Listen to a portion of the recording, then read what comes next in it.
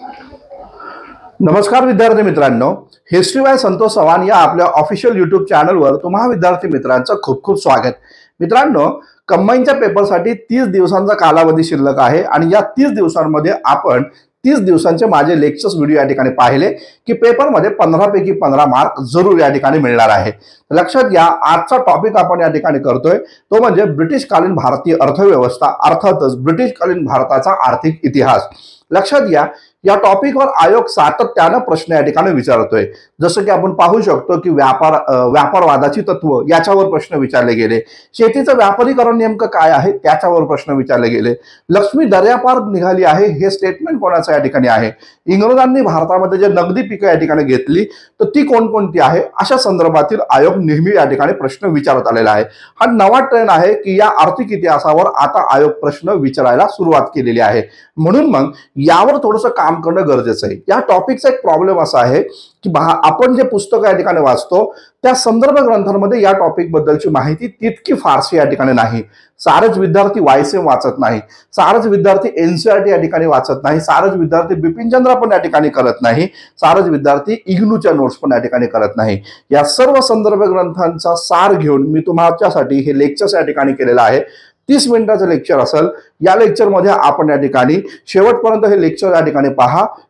हा जो टॉपिक आहे तो लगेच क्लिअर होईल आणि या टॉपिकमध्ये जे काही महत्त्वाचे कंटेंट मी या ठिकाणी देतोय ते कुठेतरी नमूद करून घ्या, जेणेकरून पेपरमध्ये तुम्हाला ते कंटेंट या ठिकाणी मेमोराइज या ठिकाणी होतील आणि त्यावर तुम्हाला जास्त मार्क या ठिकाणी मिळून जाईल. तर सुरू करूया आजचं अत्यंत महत्त्वाचं सेशन.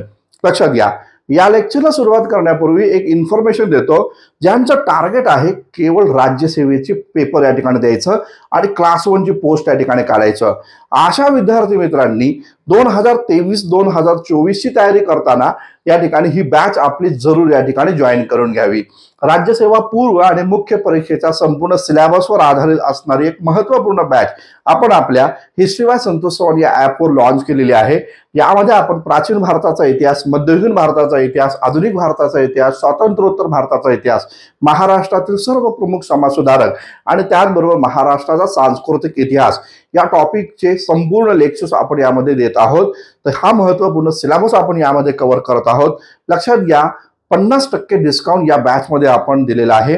यामध्ये 2,500 रुपये फी पे केली की तुम्हाला ही बॅच या ठिकाणी मिळणार आहे. ही बॅच जर जॉईन केली ना, लक्षात घ्या, राज्यसेवा पूर्व परीक्षेला 15 पैकी 15 मार्क आणि त्याचबरोबर राज्यसेवा मेन्स मध्ये जे हिस्ट्री या विषयामध्ये 60 प्रश्न विचारले जातात त्या 60 पैकी 50 मार्क माझ्याकडनं या ठिकाणी घेऊन जायचे आहेत, हे या ठिकाणी लक्षात घ्या. तर जे हार्डकोर राज्यसेवा करतायत, केवळ आणि केवळ क्लास 1 ची पोस्ट मिळवणं ज्यांचं ध्येय आहे, अशा विद्यार्थ्यांनी ही बॅच जरूर या ठिकाणी जॉईन करून घ्या. पाहूया आपण आता लेक्चरला या ठिकाणी सुरुवात करूया. पहिलाच मुद्दा आपण पाहूया ते म्हणजे वाणिज्यवाद.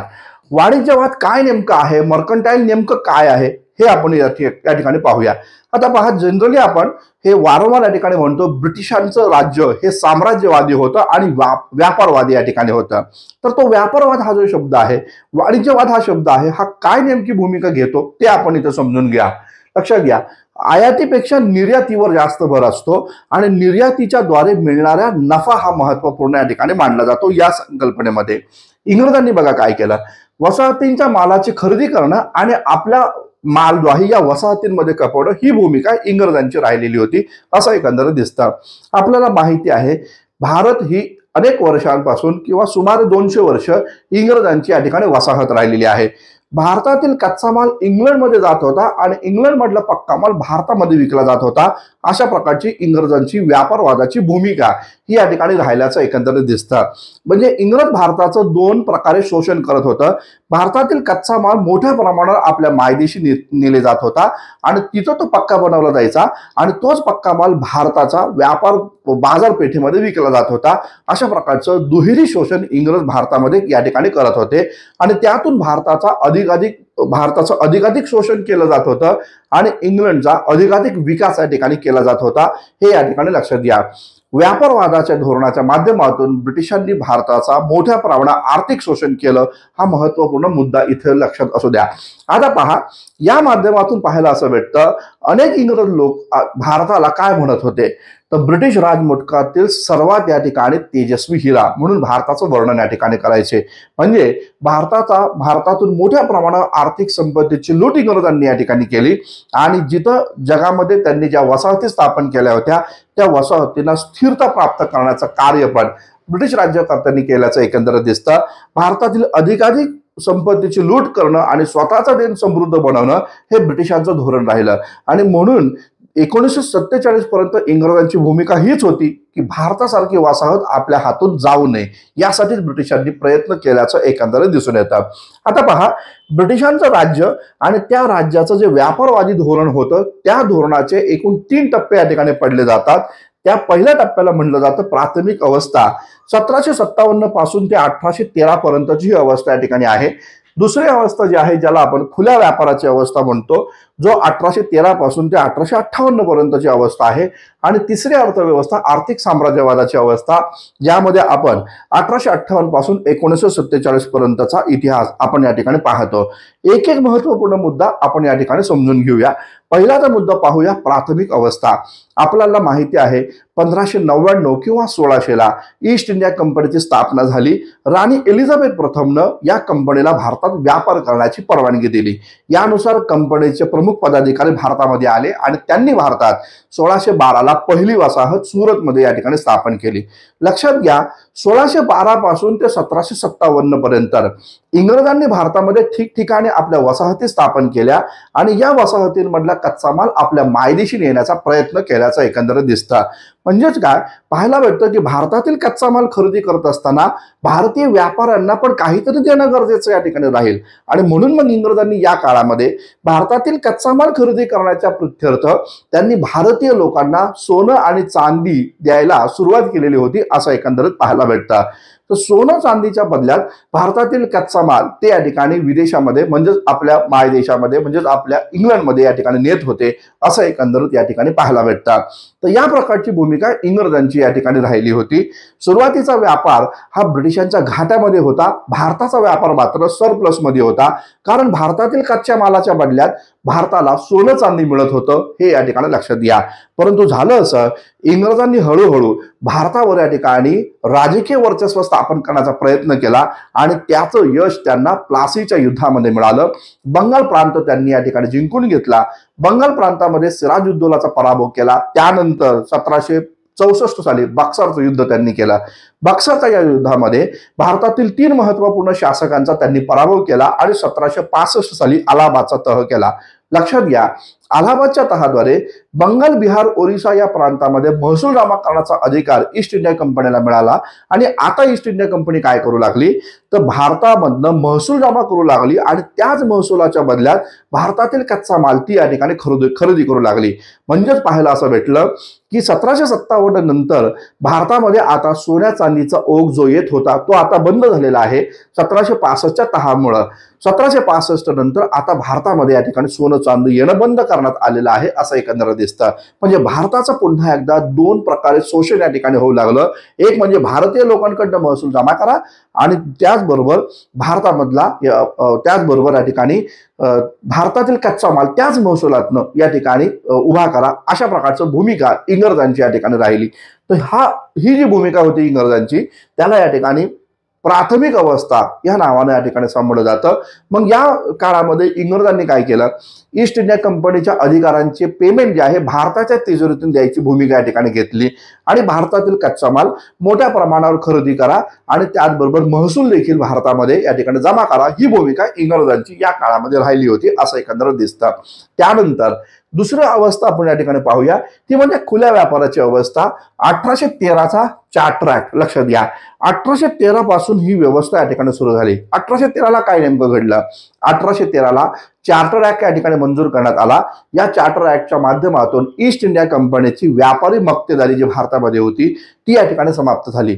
व्यापारी मक्तेदारी समाप्त होणं याचा अर्थ काय नेमका आहे तो पण थोडासा समजून घेऊया. व्यापारी मक्तेदारी समाप्त होणं म्हणजे ब्रिटनमधले खाजगी भांडवलदार आता भारतामध्ये गुंतवणूक करू शकत आहे, भारतामध्ये व्यापार या ठिकाणी करू शकत आहे. खुल्या व्यापाराच्या धोरणातून भारताचं आणखीन मोठ्या प्रमाणात शोषण होऊ लागलं. का बरं? कारण आता केवळ कंपनी भारतातील कच्चा माल नेत नाही, तर कंपनी सोबत ब्रिटनमधले खाजगी भांडवलदार पण भारताचा कच्चा माल आपला मायदेशी नेत आहेत, असं एकंदरीत पाहायला भेटलं. आणि मग इथूनच पाहायला भेटतं खुल्या व्यापाराच्या धोरणातून या विदेशी भांडवलदारांनी भारतामधल्या जमिनीमध्ये, भारतातल्या कॅश क्रॉप्समध्ये, त्याचबरोबर भारतातल्या भौतिक सुविधांमध्ये आपल्या गुंतवणूक केलेली आहे असं एकंदरीत दिसतं. आणि त्या माध्यमातून जो नफा मिळतो तो नफा त्यांनी आपल्या मायदेशी नेलेला आहे. अशा प्रकारचा आपल्याला इतिहास या ठिकाणी पाहायला भेटतो. तर 1813 पासून ते 1858 पर्यंत ब्रिटिशांनी खुल्या व्यापाराचं धोरण या ठिकाणी स्वीकारलं आणि त्या खुल्या व्यापाराच्या धोरणाच्या माध्यमातून भारताचं मोठ्या प्रमाणात शोषण या ठिकाणी करण्यात आलं. साहजिकच बघा, खाजगी भांडवलदार भारतामध्ये येतात, भारतामध्ये गुंतवणूक करतात. याचा अर्थ काय? भारतातील एकच देशीय भांडवलदार जे आहे त्यांना समाप्त केलं गेलं. त्याचबरोबर भारतामध्ये जे काही पारंपरिक व्यवसाय आहेत त्यांना त्या पारंपरिक व्यवसायांना ऱ्हास केलं गेलं. ते पारंपरिक उद्योगधंदे नष्ट केले गेले. भारतातील हस्त व्यवसाय असू द्या, भांडी बनवण्याचा व्यवसाय असू द्या, तो या ठिकाणी समाप्त केला गेलेला आहे असं एकंदरीत दिसतं. ज्याला आपण डिइंडस्ट्रियलायझेशन म्हणतो, अनौद्योगिकरण जे आहे ते अनौद्योगिकरणाला सुरुवात 1813 पासूनच या ठिकाणी झाल्याचं एकंदरीत दिसतं. भारतातील उद्योगधंदे समाप्त करण्याचं धोरण ब्रिटिशांचं या ठिकाणी राहिल्याचं एकंदरीत या काळामध्ये पाहायला भेटतं. तिसरा महत्वाचा मुद्दा आहे तो म्हणजे आर्थिक साम्राज्याची अवस्था. आपल्याला माहिती आहे 1857चा विद्रोह झाला आणि त्या विद्रोहानंतर भारत हा क्राऊनच्या अधिपत्याखाली गेला. क्राऊनीनं भूमिका घेतली होती की भारतामध्ये कल्याणकारी राज्य स्थापन करण्याची, परंतु इंग्रजांचं राज्य जे होतं हे व्यापारवादावर आधारित होतं आणि म्हणून साम्राज्य विस्तार करत असताना भारताची अतोनात लूट करणं हे पण इंग्रजांचं धोरण या ठिकाणी होतं. आणि म्हणून मग या काळामध्ये देखील ब्रिटिश राज्यकर्ते भारतामध्ये त्यांचाच व्यापार कसा या ठिकाणी सरप्लस राहील याचा प्रयत्न करतात. आणि विशेष म्हणजे भारतातील उद्योगधंदे समाप्त करण्याचं पण धोरण इथं या ठिकाणी आखताना एकंदरीत दिसतं. कायम लक्षात ठेवा, पहिल्या महायुद्धापर्यंत भारतामध्ये असा एकही बडा उद्योगपती नव्हता की जो स्वतःचा स्वतंत्र व्यवसाय या ठिकाणी टाकू शकतो. अपवाद टाटा आहेत पहा. टाटानं 1907 या ठिकाणी जमशेदपूरमध्ये टिस्को या ठिकाणी स्थापन केली होती, पण त्या टिस्कोला चांगले दिवस आले पहिल्या महायुद्धामध्येच, हे या ठिकाणी लक्षात घ्या. तर या प्रकारे आर्थिक साम्राज्याची अवस्था 1947 पर्यंत आपल्याला या ठिकाणी पाहायला मिळते. तर हे 3 महत्वपूर्ण टप्पे हे व्यवस्थित या ठिकाणी लक्षात घ्या. होऊ शकतं जोडा नावाला प्रश्न विचारला जाईल, प्राथमिक अवस्था, त्याचं वर्ष वगैरे विचारलं जाऊ शकतं किंवा योग्य नसणारा शब्द ओळखा, अशा प्रकारचे प्रश्न विचारले जाऊ शकतात. तर इथं आपण पाहूया, याच्यावर ओगियरवर प्रश्न विचारला गेला होता. जेराल्ड ओगियर हे नाव लक्षात असू द्या. हा मुंबईचा एक गव्हर्नर होता ज्यानं या ठिकाणी 1687 एक भूमिका मांडली होती. 1687 म्हणजे खूप आधीचा काळ आहे बघा. तर तिथं एक भूमिका त्याने मांडली होती ज्यामध्ये तो म्हणतोय की तुमचा सर्वसाधारण व्यापार हाती तलवार घेऊन तुम्हाला या ठिकाणी करावा, ही आता काळाची गरज आहे. म्हणजे भारतामध्ये त्यावेळेस राजे महाराजांचं राज्य होतं. मग या राजे महाराजांच्या राज्याच्या विरोधामध्ये आपल्याला पण हातामध्ये तलवार घ्यावी लागेल, कारण भारतामध्ये राजे महाराजांसोबतच विदेशी कंपन्या पण आलेल्या होत्या आणि भारतात जास्तीत जास्त नफा मिळवणं हे विदेशी कंपन्यांचा मूळ उद्देश होता.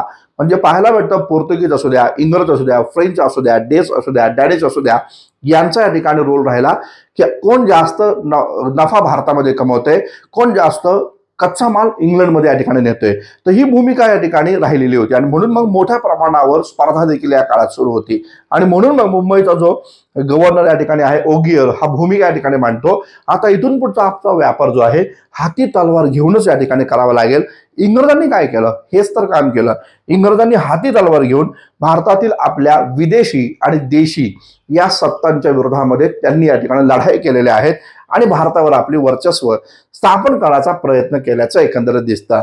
ही नावं आणि यांचं स्टेटमेंट लक्षात ठेवा. या स्टेटमेंटवर पण प्रश्न विचारला जाऊ शकतो. रिचर्ड टेम्पल 1880 काय भूमिका मांडतो बघा. आपल्याला माहिती असेल कदाचित वासुदेव बळवंत फडके यांनी या रिचर्ड टेम्पलचंच मुंडक मला आणून द्या, मी त्याला 10,000 रुपयाचं इनाम देतो, असं जाहीर केलेलं होतं. तर हा रिचर्ड टेम्पल ब्रिटिशांचा मुंबईचा गव्हर्नर होता. तो काय भूमिका मांडतो या संदर्भात? इंग्लंडने भारत आपल्या ताब्यात ठेवलाच पाहिजे, कारण तेथे ब्रिटिश सत्ता चिरंतर टिकेल या आशावादावर विसंबून ब्रिटिश भांडवल फार मोठ्या प्रमाणामध्ये या देशात गुंतवलं गेलं आहे। ही भूमिका कोणी मांडलेली आहे तर रिचर्ड टेम्पलनी मांडली आहे। नाव लक्षात ठेवा, मुंबईचा गव्हर्नर होता, त्यानं या ठिकाणी भूमिका मांडली की इंग्लंडनं भारतावर आपली सत्ता कायमस्वरूपी चिरंतन राहील असाच प्रयत्न केला पाहिजे, कारण ब्रिटिश उद्योगपतींचा मोठा पैसा भारतामध्ये या ठिकाणी गुंतलेला आहे। जर का भारत आपण गमावला तर या ठिकाणी देशाचं मोठं नुकसान होईल, अशी भूमिका इंग्रजांनी म्हणजेच रिचर्ड टेम्पलने घेतल्याचं एकंदर दिसतं। लॉर्ड कर्झन काय भूमिका या ठिकाणी मांडतो ते पण या ठिकाणी पाहूया। पहा, भारत हा ब्रिटिश साम्राज्याचा केंद्रबिंदू आहे असं तो या ठिकाणी म्हणतो। ब्रिटिश वसाहतीतील दुसरी एखादी वसाहत गमावली तरी आपले साम्राज्य चालू राहील, म्हणजे भारताशिवाय दुसरं कोणती वसाहत जरी आम्ही या ठिकाणी गमावली तरी आपलं साम्राज्याला धक्का लागणार नाही। परंतु भारत जर आम्ही गमावला तर ब्रिटिश साम्राज्याचा सूर्य मावळलेला असेल, या प्रकारची भूमिका कर्झननी मांडलेली आहे, लक्षात घ्या। आता बघा, जर का अशा प्रकारचा प्रश्न आला किंवा अशा प्रकारचं सेंटेन्स आलं आणि प्रश्न विचारला हे सेंटेन्स कोणाचं आहे तर ते आपल्याला लगेच क्लिक झालं पाहिजे। सरांनी लेक्चर्स घेतलं होतं आणि या लेक्चर्समध्ये या प्रकारचं सेंटेन्स त्यांनी कर्झनचं आहे हे या ठिकाणी मांडलेलं होतं, लगेच क्लिक झालं पाहिजे की जर का भारत आपण गमावला तर ब्रिटिश साम्राज्याचा सूर्य मावळलेला आहे असं स्टेटमेंट या ठिकाणी लॉर्ड कर्झननं या ठिकाणी दिलेलं होतं, हे या ठिकाणी लक्षात घ्या। तर हे दोन महत्त्वपूर्ण स्टेटमेंट आपल्याला परीक्षेसाठी महत्त्वपूर्ण असणार आहेत, लक्षात घ्या। पुढचा मुद्दा आपण पाहूया, शेतीचं व्यापारीकरण। शेतीच्या व्यापारीकरणावर मागे प्रश्न विचारला गेलेला आहे। परत एकदा पाहूया आपण शेतीचं व्यापारीकरण काय नेमकं आहे।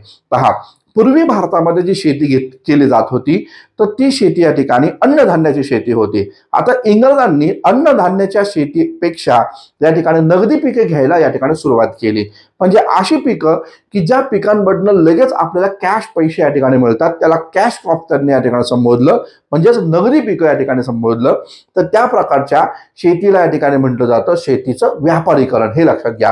म्हणजे सोपा अर्थ काय, अन्नधान्याच्या पिकांऐवजी नगदी पिकं शेतीमधनं घेणं आणि ती ओपन मार्केटमध्ये या ठिकाणी विकणं आणि त्यातून अधिकाधिक नफा कमवणं, या प्रकारच्या धोरणाला शेतीचं व्यापारीकरण या नावानं संबोधलं जातं, हे लक्षात घ्या।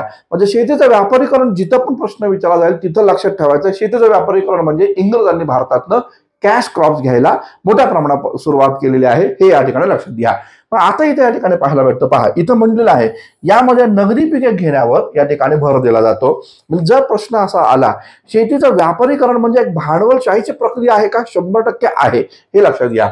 मग इंग्रजांनी कोणतं पीक घ्यायला सुरुवात केलं, चहा, त्याचबरोबर ऊस आहे, कापूस आहे, ताग आहे, नीळ आहे, तंबाखू आहे आणि अफू आहे। तर ही पिकं इंग्रजांनी भारतात मोठ्या प्रमाणावर घेतली गेली की जी पिकं मार्केटमध्ये या ठिकाणी बाहेरच्या मार्केटमध्ये विकल्यानंतर त्यांना जास्तीत जास्त नफा या ठिकाणी होईल, या प्रकारचं धोरण इंग्रजांचं राहिलं। आता पहा, शेतीचं व्यापारीकरण झाल्याचा परिणाम काय झाला, साहजिकच भारताची शेती ही ओस पडली, अन्नधान्याचा तुटवडा मोठ्या प्रमाणात आला, भारतामध्ये दुष्काळ मोठ्या प्रमाणावर या ठिकाणी आले, शेतीवर आधारित असणारे उद्योगधंदे या ठिकाणी कोलॅप्स या ठिकाणी झाले, भारतामध्ये मोठ्या प्रमाणात आर्थिक संकट आलं, अन्नधान्याच्या टंचाईमुळे उपासमार मोठ्या प्रमाणात आली। हे शेतीच्या व्यापारीकरणाचे परिणाम या ठिकाणी आहेत, हे या ठिकाणी लक्षात घ्या। शेतकरी भिके कंगाल पण बनलेला आहे असं एकंदरीत दिसतं, कारण लक्षात घ्या शेतीच्या व्यापारीकरणामुळे काय झालं तर नगदी पिकं शेतकरी घेऊ लागले आणि ती नगदी पिकं ती सावकाराकडे विकू लागले किंवा ती नगदी पिकं सावकाराकडे दिल्यानंतर त्यातून त्यांना मोठ्या प्रमाणात पैसा मिळू लागला आणि तो पैसा त्यांनी टॅक्सच्या स्वरूपात कंपनीला या ठिकाणी दिला। या प्रकारचं आपल्याला पाहायला भेटतं की शेतीच्या व्यापारीकरणामुळे या ठिकाणी मोठ्या प्रमाणावर भारतीय शेतकरी हा कर्जाच्या ओझ्याखाली पण या ठिकाणी गेलेला आहे असं पण एकंदरीत पाहायला भेटतं। तर हा पण महत्त्वाचा मुद्दा या ठिकाणी लक्षात घ्या। शेतीचं व्यापारीकरण म्हणजे काय यावर प्रश्न विचारला, पण शेतीच्या व्यापारीकरणाचा परिणाम काय नेमका झाला यावर पण प्रश्न विचारला जाईल किंवा असाही प्रश्न विचारला जाईल शेतीच्या व्यापारीकरणाची कारणं काय नेमकी आहेत। जसं की मी सांगितलं तुम्हाला की इंग्रजांनी भारतामध्ये बघा पूर्वी आपल्याकडे वस्तू विनिमय पद्धत होती, आता इंग्रजांनी कॉइनेज सिस्टीम या ठिकाणी आणली, चलन व्यवस्था आणली आणि म्हणून भारतीय लोकांना या ठिकाणी टॅक्स द्यावा लागलेला आहे, तो चलनाच्या स्वरूपात टॅक्स या ठिकाणी द्यावा लागला, कॅश पेमेंटच्या स्वरूपात टॅक्स द्यावा लागला आणि म्हणून मग अन्नधान्य पिकांबद्दल जास्त इन्कम येत नाही. मग त्याऐवजी कॅश क्रॉप जर आपण या ठिकाणी घेतले तर त्या कॅश क्रॉपच्या माध्यमातून आपल्याला जास्त पैसे मिळतील, ही भूमिका इंग्रजांची या ठिकाणी राहिली. तर या भारतीय शेतकऱ्यांची राहिली आणि म्हणून मग शेतीच्या व्यापारीकरणामुळे भारतीय शेतकरी जो आहे या प्रकारे तो देशी धुळीला लागलेला आहे. हा पण एक निष्कर्ष आपल्याला या ठिकाणी पाहायला भेटतो. अनौद्योगिकरण काय प्रकरण आहे, जसं मी तुम्हाला सांगितलं की याला म्हटलं जातं इंग्लिशमध्ये डिइंडस्ट्रियलायझेशन. म्हणजेच काय की भारतात जे उद्योगधंदे होते त्या उद्योगधंद्यांचा ऱ्हास होणं, हस्तकला जे आहे, पारंपरिक व्यवसाय जे आहेत ते या ठिकाणी समाप्त करणं, हस्तकारगिरांचा व्यवसाय समाप्त करणं, याला म्हटलं जातं डिइंडस्ट्रियलायझेशन. आता डिइंडस्ट्रियलायझेशनचा परिणाम काय झाला तर गावागावांमध्ये जे इंडस्ट्रीज आपल्या होत्या त्या समाप्त झाले. मग तिथले लोक बेघर झाले. मग ते बेघर झालेले लोक कुठं आले, शहरामध्ये या ठिकाणी आले. म्हणजे अनौद्योगिकरणामुळे शहराचा विकास किंवा शहरामध्ये मोठ्या प्रमाणावर लोकसंख्येची वाढ झाली. एकदम बरोबर आहे. तर हे डिइंडस्ट्रियलायझेशन मुळे या ठिकाणी झालेलं होतं. पूर्वी काय आपल्या ज्या काय इंडस्ट्री होत्या म्हणजे आपली जी काय उद्योगधंदे होते हे ग्रामीण भागांमध्ये होते, हे लक्षात घ्या. शहरांमध्ये आपले तेवढे व्यवसाय या ठिकाणी नव्हते. इंग्रज आल्यानंतर आपण पाहू शकतो की थर्ड अर्बनायझेशन भारतामध्ये या ठिकाणी सुरू झालं आणि नंतर मग या प्रकारच्या इंडस्ट्रीज इंग्रजांच्यामुळे भारतामध्ये आलेल्या आहेत शहरांमध्ये, हे लक्षात घ्या. तर भारतामध्ये डिइंडस्ट्रियलायझेशन घडवून आणलं गेलं. याचाच अर्थ आपल्याला पाहायला भेटतं की या ठिकाणी इंग्रजांचा व्यवसाय उद्योग मोठ्या प्रमाणात चालावा याच्यासाठी भारताचे उद्योग व्यवसाय समाप्त होणं हे गरजेचं आहे, हे इंग्रजांनी इथं ओळखलेलं आहे आणि म्हणून इंग्रजांनी भारतामध्ये अनौद्योगिकरण घडवून आणल्याचं एकंदरीत दिसतं. आता शेतीचं व्यापारीकरण ही भारतीयांनी स्वीकारलेली प्रक्रिया होती का, तर नाही, तर शेतकऱ्यांवर या ठिकाणी लादलेली प्रतिक्रिया होती, हे लक्षात घ्या. शेतीचं व्यापारीकरण जे झालं ते शेतकऱ्यांवर लादलं गेलं होतं. म्हणजे इंग्रजांनी कॉर्नेज सिस्टीम आणली म्हणून शेतकऱ्याला या ठिकाणी नगदी पिकं घ्यावी लागली. काही प्रसंगी असं पाहायला भेटलं इंग्रजांनी काय कायदे पण केले होते की ज्या कायद्याद्वारे शेतकऱ्याला नगदी पिकं घेण्याची सक्ती त्या ठिकाणी केली. आपण पाहतो बघा चंपारण्य सत्याग्रह. मग इथं पाहायला भेटतं सक्ती केली गेली होती की तुम्ही तुमच्या शेतीच्या भूभागापैकी 320 एवढ्या भूभागामध्ये तुम्ही नगदी पिकं म्हणजे निळीचं उत्पादन घ्यावंच लागणार आहे. या प्रकारचं प्रक्रिया लादली गेली होती, नाही भारतीयांनी ती स्वीकारली होती. तर हा महत्वाचा मुद्दा आहे. आणि शेतीच्या व्यापारीकरणामुळे काय झालं तर जमीन या ठिकाणी विक्री योग्य वस्तू या ठिकाणी बनली, खरेदी विक्री करणारी वस्तू या ठिकाणी बनली. अनेक भांडवलदारांनी भारतामध्ये गुंतवणूक केली, जमिनी शेतकऱ्यांकडनं कवडीमोल किमतीला या ठिकाणी खरेदी केल्या. भारतीय लोकांना पण आपल्या जमिनी इंग्रजांना, सावकारांना, महाजनांना विकाव्या लागलेल्या आहेत, कारण कंपनीमध्ये टॅक्स पे करायचा आहे म्हणून. तर जमीन ही काय बनली आहे या ठिकाणी खरेदी आणि विक्री योग्य वस्तू बनल्याचं एकंदरीत या ठिकाणी पाहायला भेटतं. तर हा एक महत्वपूर्ण परिणाम आपल्याला या ठिकाणी दिसून येतो. आता सर्वात महत्वपूर्ण मुद्दा, तुम्हाला या प्रकारच्या स्टेटमेंटवर प्रश्न विचारला जाण्याची शक्यता या ठिकाणी आहे. हे स्टेटमेंट कोणाकोणाचं आहे. आता बघा नवीन ट्रेन आहे कंबाईनच्या पेपरमध्ये, हा ट्रेन फारसा पाहायला भेटतो. पेपर लेंदी करून ठेवतात बघा, लेंदी म्हणजे 60 मिनिटांचा आपला पेपर आहे आणि या 60 मिनिटांमध्ये आपल्याला असे मोठमोठे सेंटेन्स दिले जातात, त्या सेंटेन्सचा जोड्या लावायला प्रश्न या ठिकाणी विचारला जातो. म्हणजे ते सेंटेन्स वाचता वाचता आपले 2-5 मिनिटं कधी निघून जातात ते आपल्याला कळत नाही. मार्क एकच मिळणार असतो, लक्षात घ्या. आणि तो पण मिळत नाही 5 मिनिटं वाचल्यानंतर. म्हणजे या प्रकारचे आपल्याला या ठिकाणी गोंधळामध्ये टाकलेले सेंटेन्स या ठिकाणी विचारले जातात. तर त्याच्यावर थोडंसं व्यवस्थित काम करा आणि हे कायम लक्षात ठेवा. मेरिटमध्ये जर यायचं असेल तर दुसऱ्यांना जे जमत नाही ते आपल्याला जमलं पाहिजे. दुसऱ्यांना मार्क जिथे मिळत नाही तिथं त्या मार्क आपल्याला मिळाले पाहिजे, म्हणजेच आपण मेरिटमध्ये या ठिकाणी येतो, हे लक्षात असू द्या. औद्योगिकरणावर भारतीयांच्या प्रतिक्रिया काय नेमक्या आहे किंवा या व्यापारवादावर नेमक्या प्रतिक्रिया काय आहे भारतीयांच्या, हे या ठिकाणी लक्षात घेऊया. आता पहा इथं या ठिकाणी रॉबर्ट क्लाइव्हचा मी या ठिकाणी मुद्दा म्हणून या ठिकाणी घेतलेला आहे. रॉबर्ट क्लाइव्हचं एक स्टेटमेंट या ठिकाणी इम्पॉर्टंट आहे. त्यानं मुर्शिदाबादचं वर्णन इंग्लंडच्या प्रमाणे केलेलं आहे की रॉबर्ट क्लाइव्हला मुर्शिदाबाद जो शहर आहे ते एका इंग्लंड प्रमाणे या ठिकाणी भासलेलं आहे. तो म्हणतो की इंग्लंड इतकं विस्तारलेले, गजबजलेले आणि समृद्ध असं शहर हे या ठिकाणी आहे, अशा प्रकारची भूमिका त्याने मांडलेली आहे मुर्शिदाबादाबद्दल. आणि दुसरं हे ढाक्याचं वर्णन, हे लक्षात घ्या. आयोगाने एकदा प्रश्न विचारला की खालीलपैकी कोणत्या शहराला भारताचं मँचेस्टर या ठिकाणी म्हटलं जातं, असा प्रश्न विचारला गेला. पर्यायामध्ये होते मुंबई, मद्रास, ढाका आणि आणखीन एक स्टेट या ठिकाणी होतं. आपल्याला वाटतं मुंबई असेल आणि मुंबई आपण या ठिकाणी करतो. का बरं? कारण आपण पाहतो की मुंबईमध्ये मोठ्या प्रमाणात कापड उद्योग होता, मँचेस्टरमध्ये पण कापड उद्योग होता, मग ते मुंबई शहर असेल तर नाही, लक्षात घ्या. तर त्याचं उत्तर या ठिकाणी ढाका आहे, हे लक्षात घ्या. आता बघा, जर का आयोगाने प्रश्न विचारला कोणता व्यक्ती आहे ज्यानं या ठिकाणी भारताचं मँचेस्टरचं वर्णन किंवा भारताचं मँचेस्टर म्हणून ढाक्याचं वर्णन केलेलं आहे, तर तो व्यक्ती माहिती पाहिजे ना. तर तो रॉबर्ट क्लाइव्ह आहे, हे लक्षात घ्या. तर रॉबर्ट क्लाइव्हनं या प्रकारे ढाक्याचं वर्णन भारताचं मँचेस्टर म्हणून केलेलं आहे, असं एकंदर दिसतं. ढाक्यामध्ये मोठ्या प्रमाणात मलमलच्या व कापड जे आहे त्याची मोठ्या प्रमाणात विक्री होत होती आणि म्हणून त्यानं ढाक्याला मँचेस्टर म्हणून या ठिकाणी संबोधलेलं आहे, असं एकंदर दिसतं. रजनी पाम दत्त ज्या कम्युनिस्ट लीडर या ठिकाणी आहे, या कम्युनिस्ट लीडरनं भूमिका मांडलेली आहे डिइंडस्ट्रियलायझेशनवर. काय म्हटलेले आहे बघा, ढाका, मुर्शिदाबाद, सुरत आणि त्यासारखी उद्योग संपन्न शहरं इंग्रजांच्या राजवटीत थोड्याच वर्षांमध्ये महाभयंकर युद्धाच्या विध्वंसाने किंवा परकीय आक्रमणाने झाली नसती इतकी पुरेपूर उद्ध्वस्त झाली आहे. हे स्टेटमेंट विचारलं जाऊ शकतं आणि हे स्टेटमेंट कोणाचं आहे असा प्रश्न विचारला जाऊ शकतो. तर कोणाचं आहे? तर रजनी पामदत्त यांचं या ठिकाणी स्टेटमेंट आपल्याला पाहायला भेटतं. RP दत्त ज्यांना आपण म्हणू शकतो त्यांचं या ठिकाणी स्टेटमेंट आहे की डिइंडस्ट्रियलायझेशन परिणाम काय झाला, तर भारताची शहरं जी आहे या ठिकाणी ओस पडलेली आहे. म्हणजे जे जुनी शहरं होती त्यातले जे उद्योग शहरं होती ते या ठिकाणी समाप्त झालेले आहेत, या प्रकारची भूमिका त्यांनी मांडली. आणि ते म्हणतात की एका परकीय आक्रमणानं झाली नसतील तेवढी या ठिकाणी हे शहरं, ही जी आहेत उद्योग संपन्न शहरं, ही समाप्त झालेली आहेत. ही भूमिका रजनी पामदत्त या ठिकाणी मांडताना एकंदर दिसतं. ईश्वरी प्रसाद जे आहे, या ईश्वरी प्रसादनी पण एक भूमिका या ठिकाणी मांडली. ते काय म्हणतात, भारत हे इंग्लंडचे पोट भरणारी दुभती गाय बनली आहे आणि तिचे वासरे मात्र उपाशी मरू लागले आहेत. हे स्टेटमेंट येईल बरं का. हा, हे लक्षात घ्या. आणि लक्षात घ्या, कायम आपल्या लेक्चरला सिरियसली पहा, सिरियसली ऐका. कारण लक्षात घ्या, जे सिरियस राहतात त्या विद्यार्थ्यांना या प्रकारची स्टेटमेंट जर विचारली तर त्याचं उत्तर या ठिकाणी येतं, हे लक्षात घ्या. तर ईश्वरी प्रसाद यांच्या मते ही स्टेटमेंट कोणाचं आहे असाही प्रश्न विचारला जाऊ शकतो.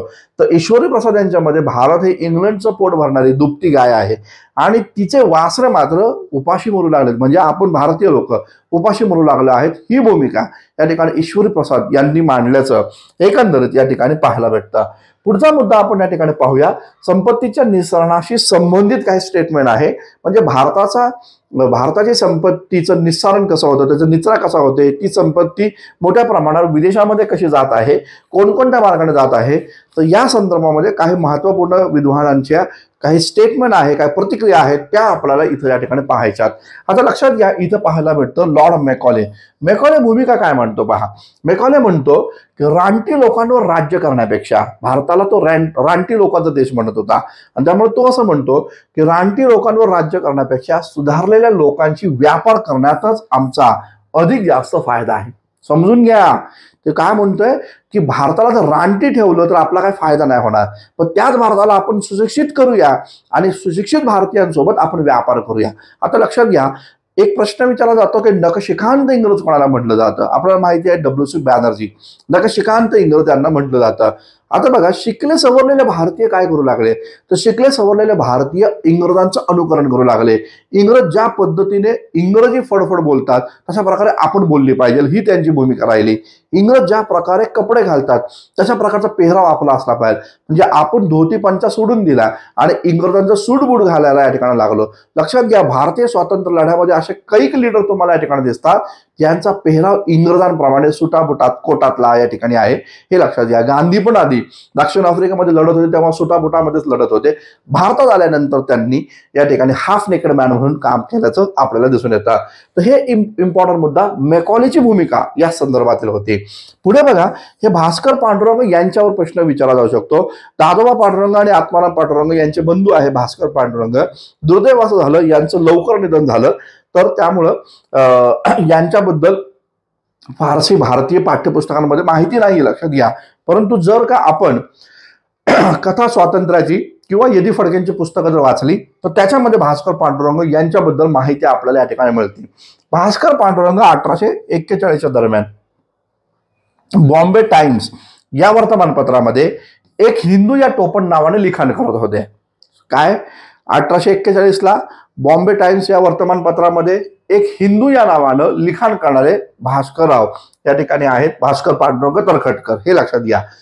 यांनी काय भूमिका घेतली लक्षात घ्या. ब्रिटिश शासन म्हणजे भारताचा सर्वात मोठा अभिशाप आहे, म्हणजे ब्रिटिश साम्राज्य म्हणजे भारताला लागलेला शाप आहे, ही भूमिका 1841ला त्यांनी मांडली. म्हणजे लक्षात घ्या मित्रांनो, आठवा तुम्ही तो कालखंड. त्या काळामध्ये जगन्नाथ शंकर शेठ सारखे समाजसुधारक होते, बाळशास्त्री जांभेकर यांच्यासारखे समाजसुधारक होते, जे मोठे महात्मा ज्योतिराव फुले ते जस्ट सुरुवात या ठिकाणी करत होते. तर आपल्याला या ठिकाणी दिसतं राजाराम मोहनराव तिकडे या ठिकाणी आहेत बंगालमध्ये. तर आपल्याला दिसतं या काळात महाराष्ट्रातील आणि भारतामधल्या समाजसुधारकांची भूमिका अशी होती की इंग्रज हे भारतासाठी वरदान आहे. तर हे भूमिका मांडतात, नाही ते वरदान नसून ते शाप आहे. का बरं? कारण भारताची संपत्ती मोठ्या प्रमाणावर लंडनमध्ये चालली, भारताचं मोठ्या प्रमाणात शोषण हे लोक या ठिकाणी करतात. म्हणून भास्करराव पांडुरंग यांचं हे स्टेटमेंट हे खूप इम्पॉर्टंट या ठिकाणी आहे. हे नाव कदापि विसरू नका, यांच्यावर प्रश्न विचारला जाण्याची दाट शक्यता आहे. नाव आहे रामकृष्ण विश्वनाथ. हे पहिले अर्थतज्ञ या ठिकाणी मानले गेलेले आहेत, ज्यांनी या ठिकाणी भारताचं इंग्रज मोठ्या प्रमाणावर शोषण करत आहे ही भूमिका सर्वात पहिल्यांदा यांनी या ठिकाणी मांडली. रामकृष्ण विश्वनाथ 1843ला एक महत्वाचा ग्रंथ लिहितात, ज्या ग्रंथाचं नाव या ठिकाणी आहे हिंदुस्थानची प्राचीन व सांप्रतची स्थिती व पुढे काय होणार त्याचा परिणाम, या प्रकारची त्याविषयी विचार या प्रकारचं पुस्तक 1843ला या ठिकाणी रामकृष्ण विश्वनाथ लिहिताना एकंदर दिसतं. यांच्या पुस्तकाचं नाव काय आहे ते या ठिकाणी लक्षात घ्या. याच्यावर जरूर या ठिकाणी प्रश्न विचारू शकतो. आणि हे पण लक्षात घ्या, हे पुस्तक त्यांनी कोणाला अर्पण केलं तर भारतीय जनतेला अर्पण केलेलं आहे, हे लक्षात घ्या. तर 1843ला त्यांनी पुस्तक लिहिलं, ज्या पुस्तकाचं नाव आहे हिंदुस्थानची प्राचीन व सांप्रतची स्थिती व पुढे काय त्याचा परिणाम होणार याविषयी विचार. लक्षात घ्या, या प्रकारच्या पुस्तकामध्ये ते काय म्हणतात, रामकृष्ण विश्वनाथ काय म्हणतात ते खूप महत्वाचं आहे. रामकृष्ण विश्वनाथ असं म्हणतात की मुसलमानांच्या राज्यामध्ये भारतामध्ये या ठिकाणी व्यापार हा मोठा वाढीस लागलेला होता. मात्र इंग्रजांनी काय केलं, इंग्रजांनी भारतामध्ये जसे राज्यकर्ते म्हणून ते आले तसं भारताचा व्यापारच त्यांनी या ठिकाणी कोलॅप्स केलेला आहे, अशी भूमिका त्या ठिकाणी मांडताना दिसतात. म्हणजे आपण म्हणतो ना रीड की हड्डी तोडती, तर ते काम इंग्रजांनी केलं हे या ठिकाणी हे सांगताना आपल्याला पाहायला भेटतं या पुस्तकात. तर रामकृष्ण विश्वनाथ यांचं नाव या ठिकाणी लक्षात ठेवा. दुसरं महत्वपूर्ण नाव आपल्याला पाहायला भेटतं ते म्हणजे लोकहितवादी. आपल्याला माहिती आहे लोकहितवादी यांनी लक्ष्मीज्ञान हा ग्रंथ या ठिकाणी लिहिला आणि ज्या ग्रंथामध्ये ते असं म्हणतात की ब्रिटिशांनी भारतातील उत्पादक क्षमता संपुष्टात आणली. काय म्हणतात, उत्पादन करण्याची जी क्षमता आमची या ठिकाणी आहे तीच या ठिकाणी समाप्त केली. पहा, जर डिइंडस्ट्रियलायझेशन घडवलं तर डिइंडस्ट्रियलायझेशनच्या माध्यमातून गावागावांमध्ये जो हस्तकारागीर या ठिकाणी आहे त्याला काम मिळालं नाही. मग काम नाही मिळालं तर मग त्याचं काय झालं तर त्याचं या ठिकाणी ती जी कला आहे ती या ठिकाणी लोप पावलेली आहे असं एकंदरीत दिसतंय. आणि म्हणून मग उत्पादन क्षमता या ठिकाणी समाप्त झाली भारतीयांची. हे लक्ष्मीज्ञानमध्ये कोण मांडते तर लोकहितवादी. खूप इम्पॉर्टंट स्टेटमेंट या ठिकाणी आहे. असे स्टेटमेंट आयोग या ठिकाणी विचारतो आणि त्याच्या प्रश्नांची उत्तरं आपल्याला या ठिकाणी येत नाही. आणि म्हणून मग कंबाईनच्या पेपरमध्ये इतिहास या विषयामध्ये मार्क मिळत नाही. मग काही विद्यार्थी काय करतात, हा सब्जेक्ट स्किप करून टाकतात. पण तसं करणं हे या ठिकाणी घात राहील तुमचा. कारण बघा, पेपर जर आपण पाहिला तर तो सर्व विषयांना न्याय देणारा असतो आणि म्हणून कोणताही विषय पेंडिंगला ठेवता कामा नये, त्याच्यावर मेहनत घ्यावी लागणार आहे, हे लक्षात घ्या. आता पुढचा मुद्दा आपण या ठिकाणी पाहूया. तर दादाभाई नौरोजी यांच्या संदर्भात आपल्याला माहिती आहे India's poverty and British rule in India या नावाचा ग्रंथ त्यांनी या ठिकाणी लिहिला आणि त्या ग्रंथामध्ये त्यांनी या ठिकाणी भारताचा पैसा हा कोणकोणत्या मार्गाने विदेशामध्ये जातोय या प्रकारचं सविस्तर वृत्तांत संशोधनात्मक या ठिकाणी लिखाण त्यांनी केल्याचं एकंदरीत पाहायला भेटतं.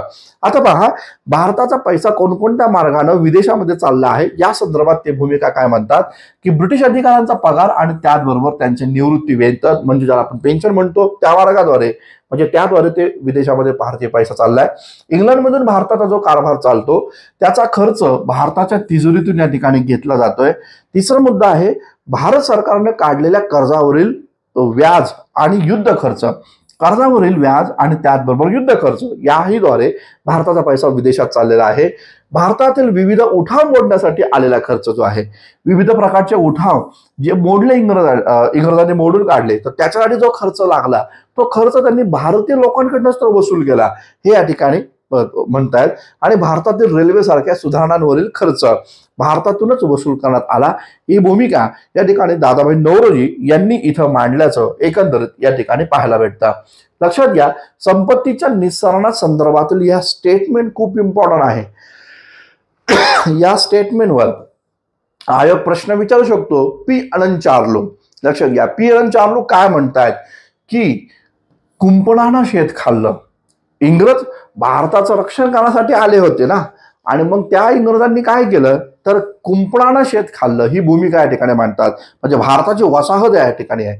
मी म्हटलं रक्षण करण्यासाठी, म्हणजेच काय, मला हे म्हणायचंय की इंग्रज भारतामध्ये आले, दावा काय करत होते, आम्ही भारताला मॉडर्निटीकडे नेऊ, आम्ही भारताला आधुनिकतेकडे या ठिकाणी नेऊ. आणि ज्यांच्यावर जबाबदारी होती भारताला आधुनिक करण्याची, त्यांनी काय केलं, कुंपणानं शेत खाल्लं. म्हणजे भारताचं शोषण या ठिकाणी गेलं असं कोण म्हणतंय, तर या ठिकाणी पी अनंत चार्लो म्हणतायत. हे या ठिकाणी लक्षात घ्या. आर.सी. दत्त, रमेशचंद्र दत्त, त्यांनी इकॉनॉमिक हिस्ट्री ऑफ इंडिया या नावाचा ग्रंथ लिहिला. आणि या ग्रंथामध्ये ते काय म्हणतात, नीट समजून घ्या. आर.सी. दत्त काय म्हणतायत, ते म्हणतात एक भारतीय कवी असं म्हणतो की ज्याप्रमाणे सूर्य हा पृथ्वीमधून ओलावा या ठिकाणी शोषून घेतो, सूर्य हा पृथ्वीवरून ओलावा शोषून घेतो आणि पावसाच्या रूपाने परत तो पृथ्वीस या ठिकाणी देतो. ठीक आहे, पहा काय म्हणणं आहे की ते असं म्हणतात की सूर्य काय करतो, पृथ्वीकडनं ओलावा या ठिकाणी खेचून घेतो, शोषून घेतो आणि परत पावसाच्या रूपाने तो कुठं देतो, तो पृथ्वीवरच देतो, हे ते म्हणतायत. पण आता भारतीय भूमीतून शोषून घेतलेला ओलावा इतरत्र पाऊस म्हणून पडतोय. हे कोणाचं स्टेटमेंट आहे, आर.सी. दत्तांचं स्टेटमेंट आहे. हे लक्षात घ्या. म्हणजे सरळ सरळ बघा, सूर्य पृथ्वीमधनं ओलावा घेतो आणि पावसाच्या रूपाने तो पृथ्वीलाच परत देतो. तो काय मंगळाला देणार आहे का, बुधला देणार आहे का, तर नाही. तर हे ते म्हणतायत की पृथ्वीकडनं ओलावा घ्या, परंतु पावसाच्या स्वरूपात तो पृथ्वीवरच टाका. मात्र इंग्रजांची अवस्था काय आहे, इंग्रज भारतातनं ओलावा घेतात आणि पाऊस म्हणून इंग्लंडला पाडतायत. हे या ठिकाणी भूमिका मांडलेली आहे रमेशचंद्र दत्त यांनी. हे जॉन सलिव्हान यांच्यावर प्रश्न येईल बरं का. जॉन सलिव्हान, हे लक्षात घ्या, यांचं स्टेटमेंट काय आहे जॉन सलिव्हानचं. ते म्हणतात आमची अवस्था एका स्पंजाप्रमाणे झाली आहे. आमची अवस्था एका स्पंजाप्रमाणे झाली आहे. हा स्पंज गंगा नदीत बुडवला जातो आणि इंग्लंडच्या थेम्स नदीत या ठिकाणी पिळून रिकामा केला जातो. हे ते म्हणतात. म्हणजे तो स्पंज आहे, तो स्पंज तो गंगा नदीमध्ये बुडवला जातोय. म्हणजे भारतामधनं आम्ही मोठ्या प्रमाणावर ओलावा खेचतोय, म्हणजे भारतामधनं आम्ही मोठ्या प्रमाणावर संपत्ती लुटतोय. परंतु जेव्हा तो स्पंज पिळायचा असतो तो भारतातच पिळत नाही आम्ही, तर तो आम्ही विदेशामध्ये, लंडनमध्ये या ठिकाणी करतोय. म्हणजे भारतातून मोठ्या प्रमाणात संपत्तीची लूट करायची. जेव्हा फायदे द्यायची वेळ येते तेव्हा भारत मागे आहे आणि विदेशामध्ये, तो इंग्लंडमध्ये या ठिकाणी फायदे दिले जातात. हे भूमिका कोणाची आहे, तर जॉन सलिव्हान. स्पंजाचं वर्णन कोणी केलंय, तर जॉन सलिव्हाननी केलेलं आहे. लक्षात या ठिकाणी असू द्या. अत्यंत महत्वपूर्ण भूमिका इथे या ठिकाणी आहे. आता पहा, या प्रकारे हा एक ग्रंथ खूप इम्पॉर्टंट बरं का, लोकहितवाद्यांनी लिहिलेला हा ग्रंथ आहे. ग्रंथाचं नाव काय आहे ते नीट समजून घ्या. ग्रंथाचं नाव आहे हिंदुस्थानास दारिद्र्य येण्याची कारण. हिंदुस्थान भिकारी का म्हणला, तर हिंदुस्थानास दारिद्र्य येण्याची कारण आणि त्याचा परिहार व व्यापार विषयी विचार. हे कोणाचा ग्रंथ आहे असा प्रश्न येऊ शकतो समाज सुधारकांच्या अँगलनी पण. हे लक्षात घ्या. हा ग्रंथ सन 1876 लोकहितवाद्यांनी लिहिलेला आहे. हे या ठिकाणी लक्षात घ्या. हिंदुस्थानात दारिद्र्य येण्याची कारण आणि त्याचा परिहार व व्यापारविषयी विचार, हे लक्षात असू द्या. तर हा मुद्दा इथे या ठिकाणी लक्षात घ्या. हे स्टेटमेंट लोकहितवाद्यांचं आहे. आणि हिंदुस्थानची लक्ष्मी दार्यापार चाललेली आहे, हे पण स्टेटमेंट लोकहितवाद्यांचं आहे. याच्यावर अनेक वेळा प्रश्न आले, पण यावर नाही आले बघा, तर त्याच्यावर प्रश्न येऊ शकतो. राजाराम मोहन राय यांनी भारताचं जे शोषण या ठिकाणी केलं जात होतं इंग्रजांच्या माध्यमातून, जे आर्थिक शोषण केलं जात होतं, त्याचं वर्णन त्यांनी खंडणीच्या स्वरूपामध्ये केलेलं आहे.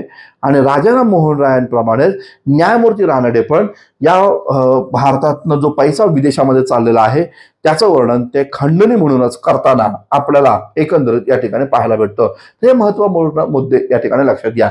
आता पहा, जसं मी सांगितलं मागे, India poverty and British rule in India या नावाचा जो ग्रंथ दादाभाई नौरोजींनी या ठिकाणी लिहिला, या ग्रंथामध्ये ते काय महत्वाची भूमिका या ठिकाणी मांडतात ते लक्षात घ्या. पहा, दादाभाई नौरोजींनी सन 1871 ईस्ट इंडिया फायनान्स कमिटी पुढे साक्ष दिलेली आहे. इम्पॉर्टंट मुद्दा आहे बघा. ईस्ट इंडिया फायनान्स कमिटी पुढे साक्ष देणारी व्यक्ती कोण? दादाभाई नौरोजी. तर त्यांनी या ठिकाणी या फायनान्स कमिटी पुढे साक्ष दिले आणि ते काय म्हणतात बघा, हिंदी जनतेचे ते सरळ सरळ म्हणत आहेत की हिंदी जनतेचे दर मानसी वार्षिक उत्पन्न अवघे 20 रुपये या ठिकाणी आहे. हिंदी जनतेचे दर मानसी वार्षिक उत्पन्न अवघे 20 रुपये या ठिकाणी आहे. हे उत्पन्न सरकार तुरुंगातील कैद्यांसाठी दर मानसी जो खर्च करतो त्याहून कमी आहे. समजतंय? दादाभाई नौरोजी बघा किती महत्वाची भूमिका घेत आहेत की इंग्रज भारतीयांना तुरुंगात टाकतायत आणि भारतीयांना तुरुंगात टाकणारे जे काही कैदी आहे, ठीक आहे, तुरुंगात असणारे जे पण कैदी आहे त्यांच्यावर जास्त खर्च करतात. एक प्रकारे तुरुंगात एखाद्याने चोरी केली, एखाद्याने दरोडा टाकला किंवा एखाद्यानं या ठिकाणी काही वाईट कृत्य केलं, त्याला इंग्रजांनी शिक्षा दिली, तुरुंगामध्ये टाकली, तर त्या तुरुंगातील कायद्यावर इंग्रज जास्त खर्च करतात. परंतु भारतातील दर मानसी व्यक्तीचा खर्च जो आहे त्याचं उत्पन्न केवळ 20 रुपये आहे. ते तुरुंगातील कैद्यापेक्षाही कमी आहे. ही भूमिका दादाभाई नौरोजी मांडतात. आणि सर्वात महत्वपूर्ण मुद्दा दादाभाई नौरोजी मांडताना दिसतात गजनीच्या मोहम्मदचा. ते म्हणतात की गजनीच्या मोहम्मदनी या देशामध्ये 17 स्वाऱ्या केल्या. आपण म्हणतो बघा त्यानं खूप जास्त लूट केली. मान्य आहे गजनीच्या मोहम्मदनी भारतामध्ये खूप जास्त लूट केली. भारतात 17 स्वाऱ्या तयारी केल्या आणि त्या 17 स्वाऱ्यांमधनं जास्तीत जास्त लूट त्यानं आपल्या मायदेशी नेली, म्हणजे त्याने अरब स्थानामध्ये नेली. तर दादाभाई नौरोजी म्हणतात या 17 स्वाऱ्यांमधनं जेवढी संपत्ती भारतातून विदेशामध्ये गेली नाही त्यापेक्षा कैक पटीनं दरवर्षी भारताची संपत्ती ही विदेशामध्ये इंग्लंडमध्ये या ठिकाणी जात आहे, अशी भूमिका दादाभाई नौरोजी इथं मांडताना एकंदरीत या ठिकाणी पाहायला भेटतो. हा महत्वाचा मुद्दा या ठिकाणी लक्षात घ्या. या स्टेटमेंटवर प्रश्न हे या ठिकाणी या स्वरूपातील विचारले जाण्याची शक्यता या ठिकाणी आहे. तर हा टॉपिक आपण व्यवस्थित या ठिकाणी करण्याचा प्रयत्न या ठिकाणी केला आहे. मित्रांनो, जर लेक्चर आवडला असेल तर जरूर आपलं चॅनल जो आहे सबस्क्राईब करा. आपल्या मित्रांना पण या ठिकाणी सांगा. दररोज आता आपले 1-2 लेक्चर्स आपल्या या युट्यूब चॅनलवर या ठिकाणी येणार आहेत. परीक्षेच्या दृष्टिकोनातून मला जेवढं शक्य आहे तेवढे प्रयत्न मी तुम्हाला करणार आहे की जास्तीत जास्त लेक्चर्स व्हिडिओ, क्वेश्चन पेपर सॉल्व्हेशन हे सगळं आपण यामध्ये करणार आहे. आपल्या चॅनलला सबस्क्राईब करा, लाईक करा, कमेंट्स या ठिकाणी करा. लक्षात घ्या, हिस्ट्री बाय संतोष चव्हाण या नावाचं जे आपलं ॲप आहे ते प्ले स्टोअरवर जाऊन डाउनलोड करा. या प्ले स्टोअरवर या ठिकाणी काय महत्त्वाचे ऑफर आहे, मार्च एंडिंग ऑफर आपण या ठिकाणी ठेवलेली आहे, ज्यामध्ये 50 ते 70% डिस्काउंट तुम्हाला बाकीच्या बॅचवर पण या ठिकाणी मिळणार आहे.